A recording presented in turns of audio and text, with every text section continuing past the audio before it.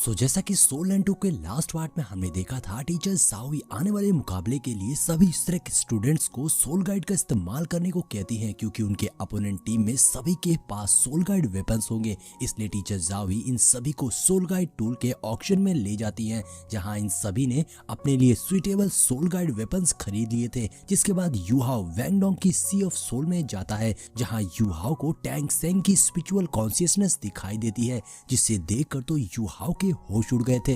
अब एपिसोड की शुरुआत बिल्कुल उसी सीन से होती है जहां वैंगडोंग की सी सोल ने यूहाओ को सोर्ड से बाहर दे फेंका था, जिससे यूहाओ को भी चोट लग जाती है। और अब यूहाओ वैंगडोंग को देखकर सोच रहा था, ये तो बहुत ही ज्यादा पावरफुल है, ये कितनी डरावनी वाइब्स है। जिसके बाद यूहाओ टियानमिंग से पूछता है, वैंगडोंग के सी सोल में ये जो पावर्स है, क्या ये उसे नुकसान पहुंचाएंगी? ये किस तरीके की पावर्स है? जिस पर गॉड इलेक्स बताने लगते हैं, ये स्पिरिचुअल शील्ड है जो कि वैंगडोंग को प्रोटेक्ट कर रही है और इस शील्ड को ब्रेक नहीं किया जा सकता है। साथ ही गॉड इलेक्स यूहाओ से कहते हैं, दोबारा कभी भी वैंगडोंग की स्पिरिट को रीड करने की कोशिश मत करना, क्योंकि ये powers ray of divine consciousness से आ रही है और ये बहुत ही आसानी से किसी और की स्पिरिट को निगल सकती है। ये सुनकर तो यूहाओ की आंखें खुली की खुली रह गई थी। तो यूहाओ पूछता है, ये तो बहुत ही डेंजरस है, ये किस तरीके की स्पिरिट है? जिसपे गॉड इलेक्स बताते हैं, ये डिवाइन कॉन्शियसनेस है, जो कि गॉड्स की फेंट अवेयरनेस होती है, क्योंकि वैंगडोंग की ओरिजिन बहुत ही अद्भुत है और इसकी सी सोल में जो स्पिरिट वो कितनी ज्यादा पावरफुल है, इसके बारे में तो हम भी नहीं बता सकते, क्योंकि ये पूरी तरीके से हाइड है। यहाँ तक कि जब मैं भी जिंदा था और अपनी लाइफ में पावरफुल था,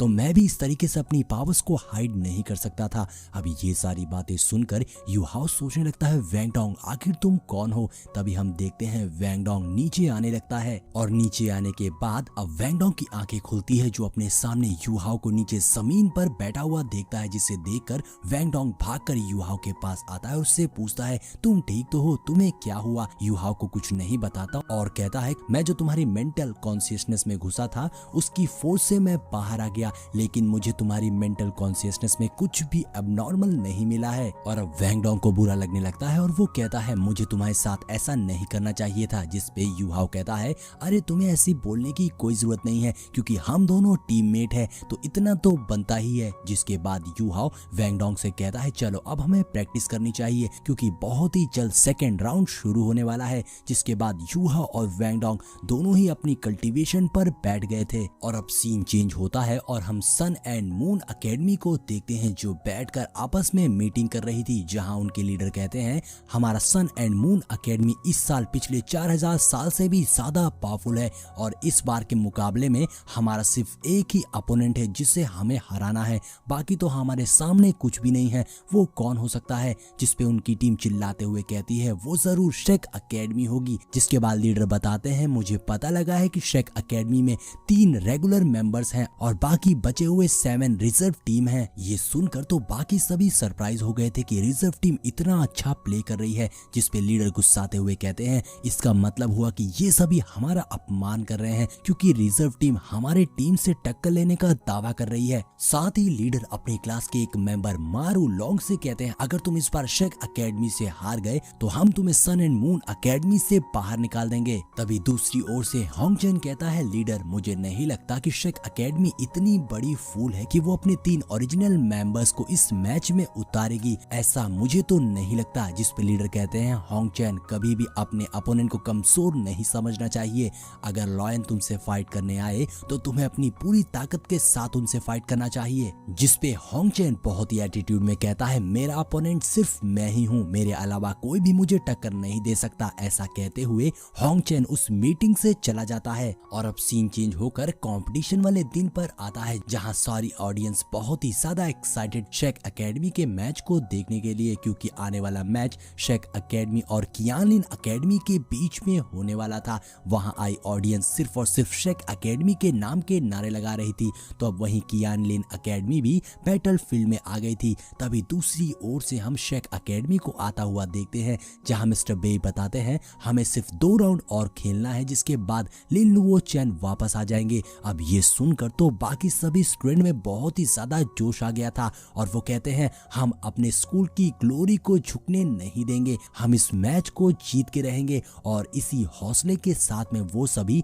बैटल फील्ड की ओर बढ़, जहां मैच रेफरी दोनों स्कूल के कैप्टन को बैटलफील्ड में बुलाती है। अब बेई और दूसरी ओर से कियानिन एकेडमी का कैप्टन सेंशी आ जाता है। यहाँ हम फ्लैशबैक देखते हैं जहाँ टीचर ज़ावी बता रही थी डाउलिंग एम्पायर में फेरी एकेडमी टॉप 3 रैंकिंग में कियानिन एकेडमी बहुत ही स्ट्रॉन्ग टीम है। इस टीम में 5 रिंग सोल किंग है। इस नॉकआउट स्टेज में इनके लाइनअप पूरे सोल किंग्स का होगा, यानी हमारा सामना सोल किंग से होने वाला है जिसमें जबरदस्त ताकत होती है। और अब कियानिन एकेडमी के कैप्टन सेंशी के पास 2 सोल रिंग है। हालांकि उसकी सोल रिंग हाईएस्ट लेवल की नहीं है, लेकिन उसकी martial soul storm attack system एक पावरफुल टूल है जो किसी भी अटैक को डॉज करके हमला करता है। और उसका स्पीयर बहुत ही शक्तिशाली है।